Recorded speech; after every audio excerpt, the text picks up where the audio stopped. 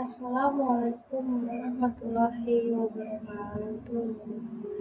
Perkenalkan, nama saya Tantra Paramita Aji dengan NIM 21514026 dari kelas 6B. Di sini saya akan menjelaskan apa yang dimaksud dengan Solution Focus Brief Counseling atau biasa kita sebut sebagai SFBC. SFBC merupakan pendekatan konseling yang didasari oleh suatu pandangan bahwa sejatinya kebenaran dan realistis bukanlah suatu yang bersifat absolut, namun realistis. Dan kebenaran itu dapat dikonstruksikan. Dalam konteks konseling, keluarga dominasi setelah satu keluarga merupakan pendekatan konseling yang berfokus pada solusi untuk mengatasi masalah. SWC lebih menekankan pada beberapa keadaan ini, yaitu dan klien sama-sama situasi yang kemudian yang kedua, apa yang diinginkan. Maksudnya adalah klien didorong untuk memikirkan masa depan dan seperti apa kondisi ideal yang mereka inginkan. Kemudian ada solusi yang bisa diterapkan. Pengertiannya adalah konselor dapat membantu klien untuk menggali potensi dan pengalaman mereka untuk menemukan solusi praktis. Berikut merupakan ciri-ciri khas dari SFBC. Yang pertama, SFBC itu singkat, umumnya dilakukan dalam sesi yang lebih sedikit dibandingkan dengan pendekatan yang lainnya. Kemudian ada kolaboratif, konselor dan klien bekerja sama untuk menemukan solusi. Kemudian ada berorientasi pada masa depan. Fokusnya adalah pada perubahan positif yang ingin dicapai oleh klien. Kemudian SFBC juga digunakan untuk mengatasi berbagai permasalahan seperti masalah keluarga, masalah di sekolah, kesulitan dalam berhubungan dengan orang lain, dan lain sebagainya. Kemudian ada teknik-teknik yang dapat diterapkan dalam SFBC. Yang pertama ada miracle question, itu isinya tentang konselor mengajukan pertanyaan hipotesis seperti jika keajaiban terjadi semalam dan masalah yang kamu hadapi sekarang teratasi, apa yang akan dihadapi saat itu. Hal ini membantu kalian untuk berpikir jadi tentang solusi yang akan mereka inginkan. Kemudian ada scaling question. Konselor menggunakan skala penilaian untuk membantu klien mengukur kemajuan mereka. Misalnya pada skala 1 sampai 10, seberapa besar perasaan cemas mereka saat ini dibandingkan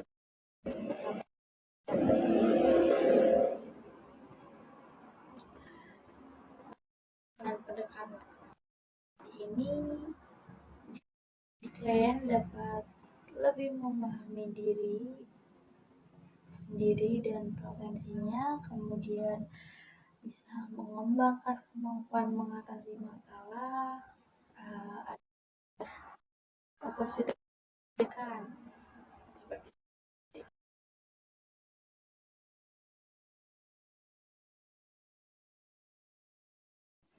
Assalamualaikum, permisi Bu.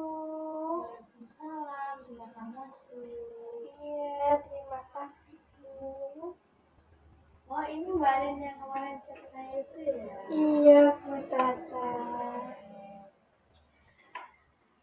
Mbak Arin apa kabar? Alhamdulillah Bu, kabarnya baik. Kok kelihatannya sangat murung begitu? Apakah ada masalah? Iya Bu, saya ingin berkonsultasi kepada Bu Tata. Oke, silakan. Apa yang membuat Mbak Anin kelihatannya wajahnya Mbak Anin murung? Nampaknya ada sesuatu yang mengganggu perasaan Mbak Anin sehingga Mbak Anin mau menemui ibu di sini.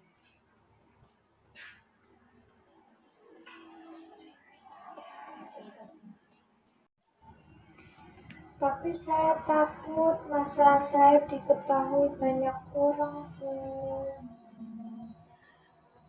Anin tidak perlu khawatir. Di sini ibu akan menjaga rahasia Mbak Anin sebab proses konseling itu memiliki teknik, kode etik, serta asas-asas. Yang dimana salah satu asasnya itu ada asas kerahasiaan. Dimana asas ini tidak perlu takut pasangan akan terbongkar atau diketahui oleh orang lain, seperti itu. Oh ya, syukurlah kalau begitu Bu. Saya berharap agar masalah yang saya alami dapat teratasi dan bisa menemukan jalan keluarnya gitu Bu. Ya, mudah-mudahan bisa cepat teratasi ya. Kalau begitu, dapatkah Amin menceritakan kepada ibu ibu ini mendengarkan sejauh mana perasaan tidak enak yang mengganggu Mbak Anin saat ini? Begini Bu, saya kan terjebak dalam situasi yang sangat membingungkan begitu. Kenapa bisa gitu? Begini loh Bu, seminggu yang lalu kan orang tua saya bilang kalau kami akan pindah rumah keluar kota karena pekerjaan orang tua saya, dan otomatis saya harus pindah sekolah juga Bu gitu. Saya juga bingung rasanya, kurang pas kalau saya pindah sekarang. Nah, saya juga takut kalau saya pindah sekolah sekarang akan butuh waktu lagi untuk beradaptasi dengan teman-teman dan lingkungan. Saya juga kurang nyaman kalau harus pindah dalam waktu dekat ini, Bu. Apakah kamu sudah mengatakan hal ini kepada orang tuamu? Sudah Bu, tapi mereka bilang keadaannya mendesak. orang tua saya sudah harus mulai bekerja di sana dalam waktu dekat ini, Bu. Terus apa yang ingin kamu lakukan ketika sudah berada di lingkungan barumu nanti? Saya ingin bisa diterima oleh teman-teman dari saya dan mendapatkan guru-guru yang baik pula.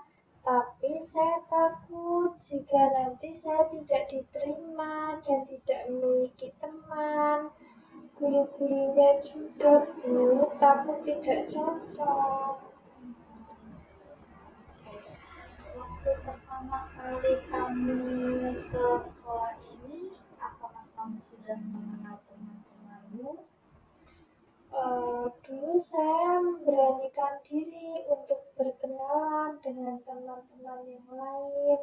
Selain itu, saya juga aktif mengikuti ekstrakurikuler di sekolah akan menambah relasi pertemanan, Bu. Terus bagaimana dulu kamu menyesuaikan diri pada lingkunganmu yang sekarang? Oh, Waktu pertama kali kamu di sini, kamu juga belum mengenal teman-temanmu kan? Namun pada akhirnya kamu bisa beradaptasi yang dengan baik. Bagaimana waktu pertama kali kamu di sini kan kamu juga belum mengenal teman-temanmu kan? Terus pada akhirnya kamu beradaptasi dan bisa langsung berteman dengan baik. Gitu. Terus bagaimana Mbak Arin dulu memberanikan diri untuk berkenalan dengan lingkungan yang baru? dulu saya memberanikan diri untuk berkenalan dengan teman-teman yang lain. Selain itu, saya juga aktif mengikuti ekstrakurikuler di sekolah agar menambah relasi pertemanan. Begitu, Bu. Nah, mungkin kalau gitu kamu bisa menerapkan kembali hal-hal yang kamu sudah lakukan pada sekolah kamu yang sekarang nanti untuk ke sekolah yang baru. Oh, begitu ya, Bu. Oke, jadi kalau misalnya kita misalkan nih, jika kita membuat skala 1 sampai 5, kira-kira seberapa ikhlas kamu mengikuti orang tua? Maksudnya, Bu? Jadi gini, di skala 1 itu menunjukkan keadaan terendah untuk kamu ikhlas pindah sekolah. Sedangkan skala 5 itu menunjukkan kondisi tertinggi, yaitu kamu benar-benar ikhlas untuk pindah sekolah. Kira-kira kamu berada di skala berapa? 2, Bu. 2 itu keadaan yang seperti apa? Di skala 2, saya merasa belum cukup ikhlas dan saya mencoba berusaha untuk menerima keputusan orang tua saya untuk pindah. Menurut kamu di skala mana kamu merasa cukup ikhlas untuk pindah sekolah? 4. 4. Di skala 4, saya akan ikhlas untuk pindah bersama orang tua saya, Bu. Baiklah.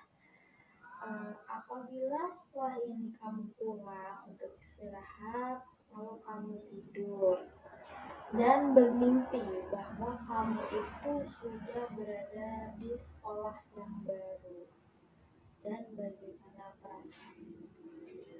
Saya akan merasa senang karena saya mempunyai banyak teman, guru-guru ramah dengan saya, dan ekstrakurikuler yang saya ikuti menerima kehadiran saya, Bu. Hmm, Bagaimana cara kamu agar bisa mencapai situasi tersebut? Saya akan mencoba mencari informasi tentang sekolah dan keadaan kota yang akan saya tuju. Kalau saya merasa cocok, bisa membantu saya untuk menerima kepindahan ini, Bu. Ya, jika kamu mengatakan bahwa kamu harus segera beradaptasi di sekolah baru, kalau demikian, apa yang akan kamu rencanakan nanti? Sebisa mungkin saya terpaksa harus cepat beradaptasi dengan lingkungan yang baru agar kondisi kesiapan mental saya kalian didukung oleh kenyamanan lingkungan. Ini ya, sepanjang pengamatan ibu di kelas, menurut ibu, kamu cukup support dalam pergaulan, terus kamu juga selalu aktif dalam kegiatan di sekolah ini.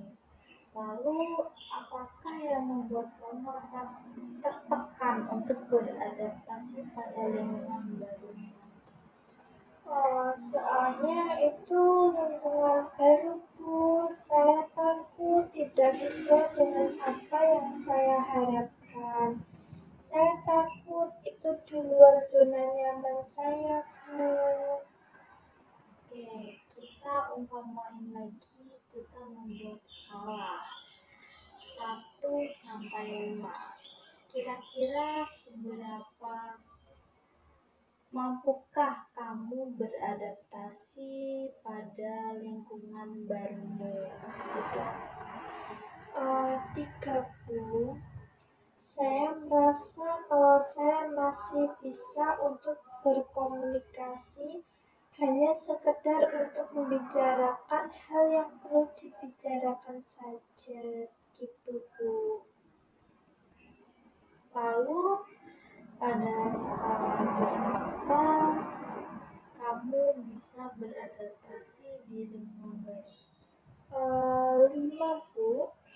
Pada kondisi yang seperti itu, saya bisa beradaptasi dengan teman-teman baru dan bisa mengikuti kegiatan-kegiatan di sekolah baru saya. Kalau kata Raditya Dika di bukunya itu yang berjudul Manusia Setengah Salmon, katanya begini, hidup adalah perpindahan. Segala macam karakter manusia akan kita temui di antara perpindahan-perpindahan itu. Nah, sekarang ibu tanya, lebih enak mana, merasa dipaksa pindah oleh keadaan orang tua atau ikhlas pindah dengan mengerti pada keadaan orang tua? Untuk saat ini, saya memang merasa dipaksa pindah, Bu. Itu untuk saat ini. Kemungkinan apakah ada perasaan terpaksa itu akan berubah? Pelan-pelan saya akan mencoba untuk ikhlas, Bu, insya Allah. Lalu ketakutan kamu akan teman-teman dan guru-guru di sekolah baru kamu nanti bagaimana? Apakah kamu mau mencoba untuk tidak mau mencoba memikirkan ketakutan-ketakutan yang belum pasti itu dan tetap fokus pada persiapan ujian nasional? Walau apapun keputusan yang ditetapkan oleh orang tua nantinya, kamu bagaimana? Iya, Bu, insya Allah saya coba dan saya akan tetap fokus. Bentar. Nah, karena waktu kita sudah habis dan keputusan orang tua kamu untuk pindah sepertinya susah untuk diubah karena memang pekerjaan mereka yang mengharuskan untuk pindah secepat mungkin. Sepertinya kamu harus mempersiapkan diri untuk kemungkinan pindah itu akan terjadi. Tapi kamu tidak perlu khawatir ya, akan teman-teman atau lingkungan baru nanti. Seperti yang telah kita bicarakan tadi, kita akan coba untuk menghilangkan ketakutan-ketakutan yang belum pasti itu, agar kamu tidak kehilangan fokus. Kemudian bila nanti orang kamu datang ke pindahan kamu untuk mengurus pindah, semoga kita mendapatkan keputusan yang baik setelah kamu pulang. Dari sini mungkin kamu bisa mulai mencari informasi tentang sekolah dan yang lainnya. Selain itu, bisa membicarakan kekhawatiran dengan orang tuamu. Baik. Terima kasih sudah mau berbagi cerita dengan Ibu hari ini, dan jangan sungkan untuk menceritakan lagi perkembangan hal ini nanti ya nak. Oh iya Bu, terima kasih ya Bu ya. Sama-sama. Kalau begitu saya pamit dulu ya Bu ya. Hari ini habis ini pelajarannya siapa? Pelajarannya Pak Joko Bu. Maka pelajarannya Matematika. silakan. Ya, terima kasih ya Bu. Mari Bu. Sama.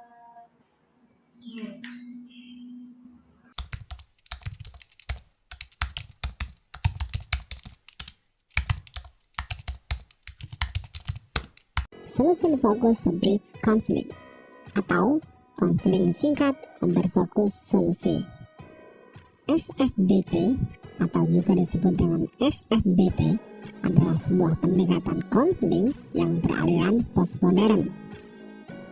SFBC pertama kali dikembangkan oleh sepasang suami istri bernama Steve de Caesar dan Insu Kimber yang merupakan psikoterapis di bidang keluarga.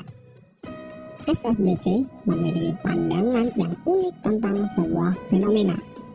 Pandangan tersebut mempengaruhi berbagai konsep dalam praktik konseling SFBC.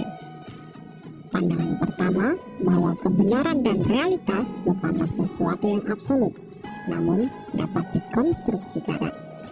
Menurut pandangan ini, bahwa setiap manusia bisa mengembangkan dan mengkonstruksi sendiri sebuah kebenaran dan realita menurut sudut pandangnya. Pandangan yang kedua adalah bahwa pengetahuan bersifat relatif, karena ditentukan oleh konstruk, budaya, teori yang diterapkan pada suatu fenomena tertentu. Pandangan yang ketiga, bahwa realitas dan kebenaran yang dibangun atau yang dikonstruksikan adalah hasil dari budaya dan bahasa kita.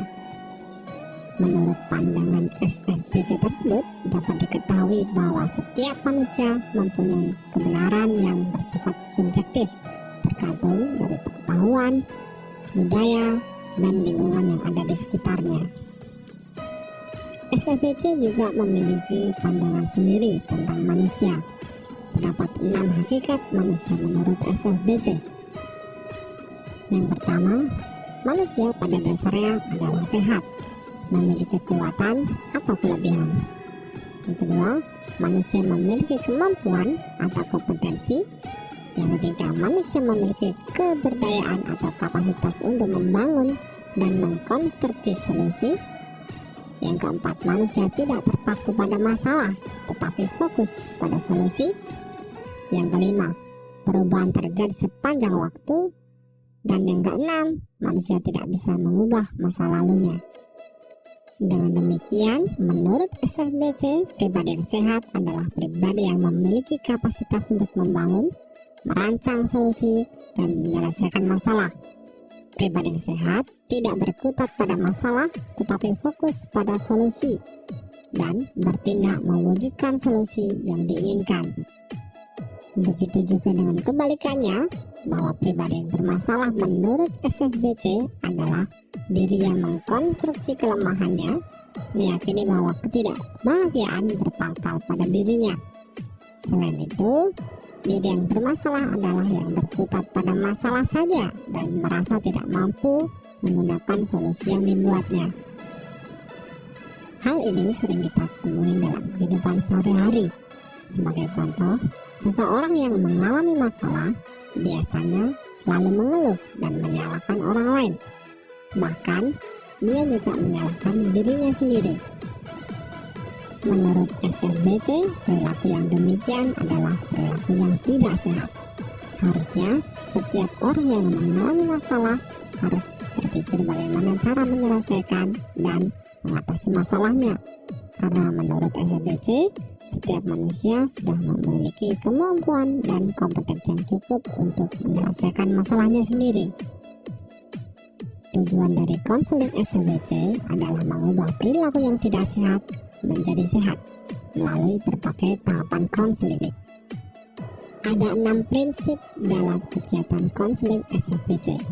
Pertama, konseling didorong untuk terlibat dalam solution talk, bukan problem talk.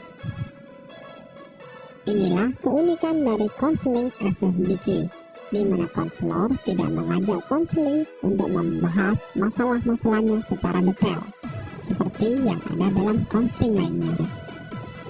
Dalam SFBC, percakapan atau diskusi difokuskan kepada solution talk, atau percakapan dalam membuat sebuah solusi. Prinsip yang kedua, konselor berusaha untuk mengubah situasi masalah yang terjadi dalam konseling dan menekankan diskusi konseling pada kekuatan dan sumber daya konseling untuk mengatasi masalah itu. Dalam konteks ini, konselor berusaha untuk membangkitkan konseling agar mampu menyelesaikan masalahnya sendiri.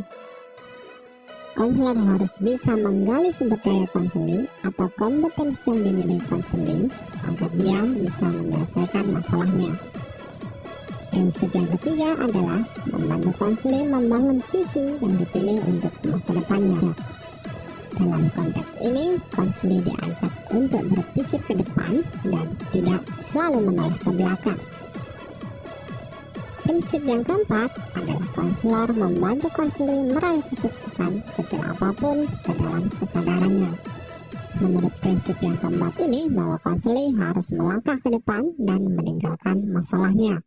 Meskipun kemajuan yang didapatkannya tidak begitu signifikan, paling tidak konseling tidak stagnan pada masalah yang dihadapinya, tapi dia bisa memiliki sedikit solusi untuk mengatasi masalahnya. Prinsip yang kelima, konselor membantu konseling untuk mengulang keberhasilan yang pernah dilakukannya. Makna dari prinsip ini adalah bahwa setiap konseling pasti pernah mengalami masalah dan pernah keluar dari masalah. Artinya adalah bahwa setiap masalah pasti ada dalam situasi kondisi tertentu, dan konseling harus berusaha untuk menyelesaikan masalah itu, bukan mengeluh dan stagnan dalam satu situasi saja. Prinsip yang terakhir, bahwa konselor harus membantu konseling mengidentifikasi hal-hal yang baik untuk kehidupannya saat ini dan masa depan. Pada prinsip ini, konselor harus fokus kepada situasi saat ini dan situasi ke depan, bukan mengajak konseling untuk mengurai masalah di masa lalu. Untuk bisa melaksanakan proses konseling dengan baik, konselor perlu tahu sikap, peran, dan tugas selama konseling berlangsung. Pertama, konselor harus bisa menciptakan hubungan yang kolaboratif untuk membuka berbagai kemungkinan baik sekarang dan perubahan-perubahan di masa depan. Konselor harus bisa menciptakan iklim saling menghormati bersama konselingnya, baik pada saat dialog, saat wawancara, menegaskan konselor itu aktif dan bebas dalam mengeksplorasi diri. Yang ketiga, konselor harus bisa mengidentifikasi dan membantu konseling dalam mengeksplorasi kekuatan-kekuatan dan kompetensi yang ada dalam dirinya. Yang keempat, konselor harus bisa melibatkan konseling untuk berpikir tentang masa depannya dan memikirkan apa yang ingin berbeda dari masa depan konseling. Kelima, konselor harus bisa membantu konseling berimajinasi atau membayangkan tentang masa depan yang ia inginkan, serta membantu konseling untuk berimajinasi bagaimana cara mencapai cita-citanya itu. Yang terakhir, konselor harus bisa membantu konseling dalam mengarahkan perubahan. Tapi dalam membantu ini, konselor tidak boleh mendikte konseling apa yang ingin dirubah. Biarkan konseling menentukan secara pribadi perilaku mana yang harus dirubahnya dan perilaku mana yang tidak harus dirubahnya.